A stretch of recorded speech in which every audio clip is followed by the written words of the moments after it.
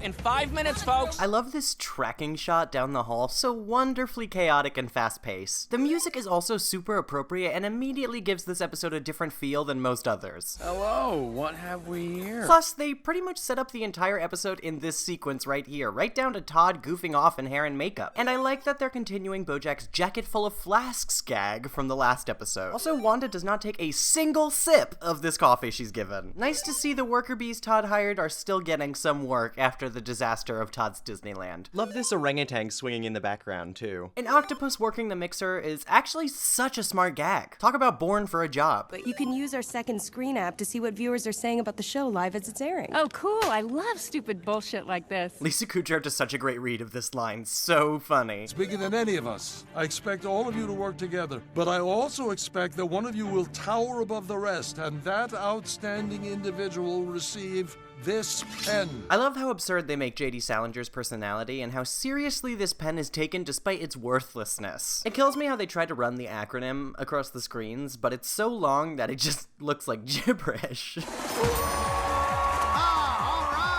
Mr. Peanutbutter fulfilling the spectacular entrance that he described he would do last episode. There's a giant replica of my head, and every episode, the eyes light up with dollar signs, confetti shoots out of the ears, then I somersault out the mouth. No time for idle chit-chat, because we've entered the small talk round. The what now? I also appreciate how the show doesn't even really try to establish concrete rules for Hollywood stars and celebrities. What do they know? Do they know things? Let's find out. It's so surreal. I don't... What? I swear to God, when I first watched this, I had to pause for 5 minutes after the scream. It's just such a jarring choice, and it's not really ever addressed by the characters besides Bojack for why it was included. Contributes to this whole episode feeling like a fever dream. They don't even give you time to process it. I don't know, 7? Wrong! So wrong! Great detail that the podium displays exactly what Mr. Peanutbutter disses Bojack with. Honorable mentions for categories in the shuffler: Is That Legal?, Animation 101, Time Travel Paradox, and the utterly simple What Is That? C, the best Zachary Quinto movie of all time. Paul F. Thompson's pronunciation of Quinto. I'm gonna go with nuclear fusion. Oh, the answer is Egypt. Really wonder what this question actually was. Pretty good one from King Mud over here, am I right? You know? Like King Tut, because we're talking about Egypt and Mr. Peanutbutter's a mutt, so... You suck! Literal crickets being in the audience. Hey, pal, how am I doing? Well, you're kind of being a dick. Hey, are we at Tony Roma's right now? Because there's a lot of ribbing going on here. No, I'm not ribbing you. I'm telling you, you're being a And dick. we're back! They do a great job of getting to understand why Bojack would eventually hit Mr. Peanutbutter back so hard later in this episode. Daniel Radcliffe! I am Daniel Radcliffe. Hello! Actually getting Daniel Radcliffe to do this, though he's willing to do some pretty wild roles. According to the second screen experience, other people are loving the show. It's wild how casually Bojack displays his addiction and how no one really cares to address it, even his girlfriend. The fuck is he doing here? Ooh, all right, I gotta deal with this. If I don't interact with this app every 80 seconds, it charges my credit card $5. Great and very realistic gag. Love ya. I love you too. Small detail, but I love that Bojack won't say this back to Wanda, still struggling after he accidentally said it in Higher Love. Okay, love you.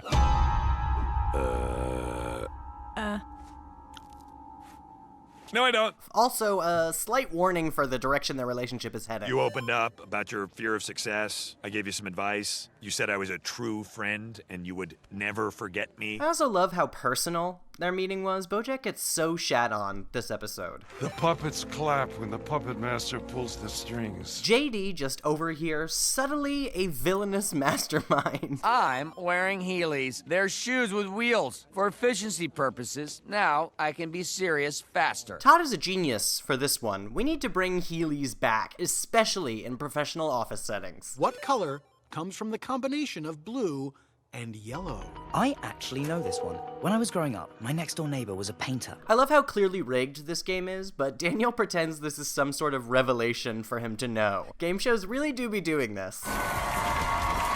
This car's license plate is Gam Show. I guess this is its only use. You have an essay question. What? You'll find your blue book on your podium. To what extent was feudalism a cause of the French Revolution? And then Bojack's prompt is deliberately so impossible, not just in length, but I haven't taken world history since 9th grade, I don't remember shit, and Bojack is in his 50s. I literally would have been inventing history in this paper if it were me writing this. Love the equation for how they find out what celebrities know in the background. Also, something that they didn't have to do because I realized it's not even on camera.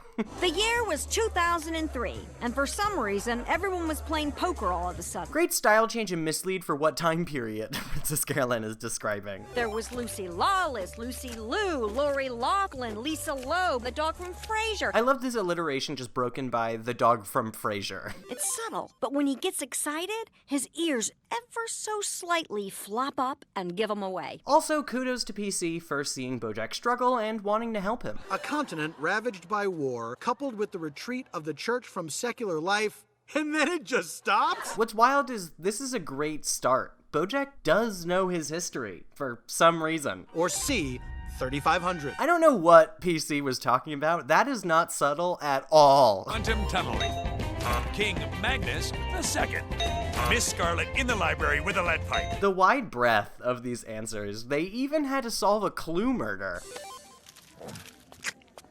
Oh god, this poor bird is abused as a background joke this entire episode, but points for consistency, I guess. People love him. I guess he was in some movie about a potter or pottery barn or something. Makes perfect sense that Wanda wouldn't know anything about Harry Potter, but man, what a sad life. Although I sometimes wish I didn't know anything about J.K. Rowling. The fuck are they doing with the Rosetta Stone on this show? They say you're the worst, especially Queef Burglar 69. He's their leader. Love the casual he's their leader. Like these people on the internet have formed some sort of tribe or mob. In what year did Secretariat win the Triple Crown? 1492? Bojack's a good guy for doing this. Such an embarrassing one to get wrong, too. Do you know anything about Secretariat? You know he was a horse, right? Oh wait, did I just spoil it for you? No wonder my wife had to write your book for you. But Mr. Peanutbutter going in so hard and not addressing it earlier definitely helps make Bojack's retort feel a little bit deserved. How come your wife flew all the way to war-torn Cordovia just to get away from you? That's not what happened. The silence here and Mr. Peanutbutter's sincere response help elevate the reality of this moment, even in this incredibly ludicrous episode. Oh, you want to get into things? Well, I mean... No. Let's get into things. Let's get real. And I love this very different side to Mr. Peanutbutter, showing that he has a limit to this treatment from Bojack and isn't just a positive force with little to no negative emotions. He just doesn't show them because he desperately wants to be liked. Should we cut to commercial? Would Homer cut away from Odysseus' journey just as he was being enticed by the siren song? It's so interesting that JD is for this conversation happening. He is just a messy bench who loves drama, and I am here for it. You want to talk about the time when you, my good friend, kissed my wife?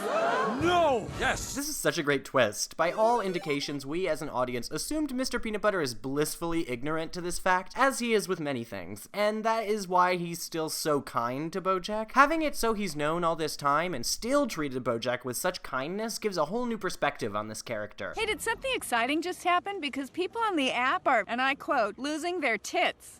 Oh, no. No, I've stumbled onto a cancer support message board. Okay. Jesus, that's dark, but also great. How did you know about that? Well, there are roadside cameras all along the PCH. I have a few friends in the highway patrol, and she told me, of course, we're married. I love the role reversal with Mr. Peanutbutter being sarcastic toward Bojack. This is my art, god damn it. I'm J goddamn D goddamn Salinger, and I want rain. I regularly quote this line. It has no practical use, but my brain insists I quote it anyway. And you treat me like a big joke.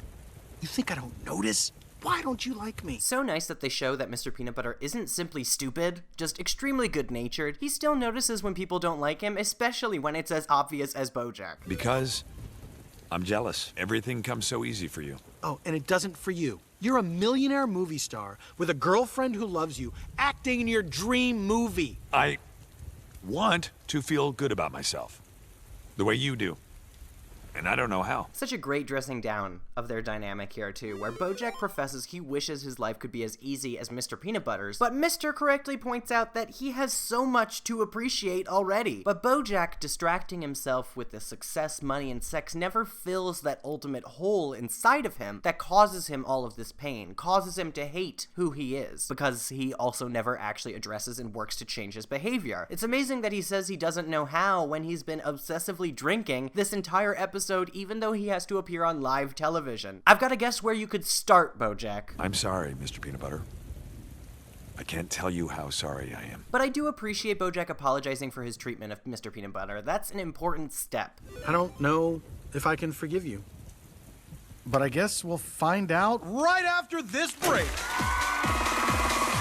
Consummate professional, Mr. Peanutbutter. Now somebody go out and get me a Red Bull and a banana fish sandwich. On it! It's a perfect day for a Red Bull. Great reference to his own work that goes right over Todd's head. You want to host a game show where everyone feels bad at the end? You can get in your little car, drive to Santa Monica, and pitch it to AMC. But these people want resolution, okay? So you get your little butt back on that stage, and you resolve. This is a very interesting interaction from Wanda, who previously has preached positive thinking and has been mostly kind to everyone around her. It speaks to how the entertainment industry brings out a different side in even good people, and causes them to manipulate the emotions of those around them. Not the Windows startup screen. But I'm my own dog. And as my own dog, I decided to forgive Bojack live on the air. Bring it in, buddy. I do think Mr. Peanutbutter is truly forgiving him here. However, even after that talk, there's not really resentment held about this situation for the rest of the series. In fact, I don't think it's brought up again. Kiss, kiss, kiss, kiss, kiss. Cue the kiss cam. Baby, baby.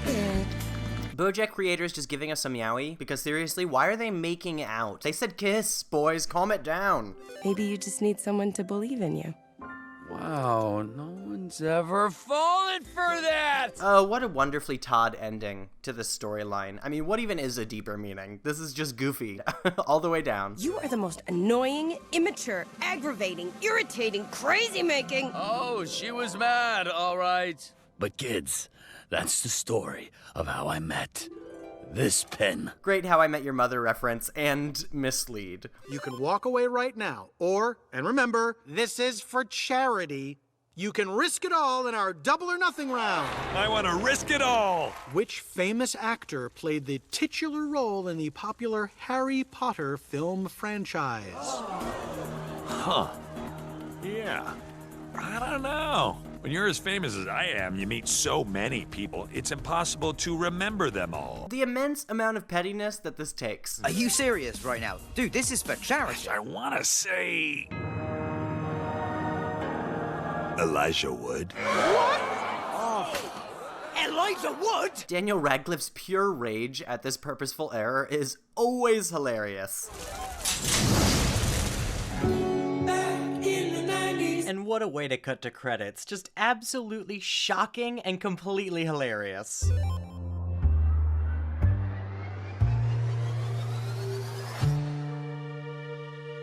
If you enjoyed this video, consider going to patreon.com/PosiTVty. That's PosiTVty. There, you can get all of these videos before they come out on YouTube. Plus, you can tell us exactly what videos you want us to make, and we'll make them right away. And it's just a great way to support us in the process, so please go there if you haven't already. But thank you for watching on here as well. We appreciate all of the support you give us on YouTube, and every bit of engagement matters, so thank you for that, and have a wonderful day.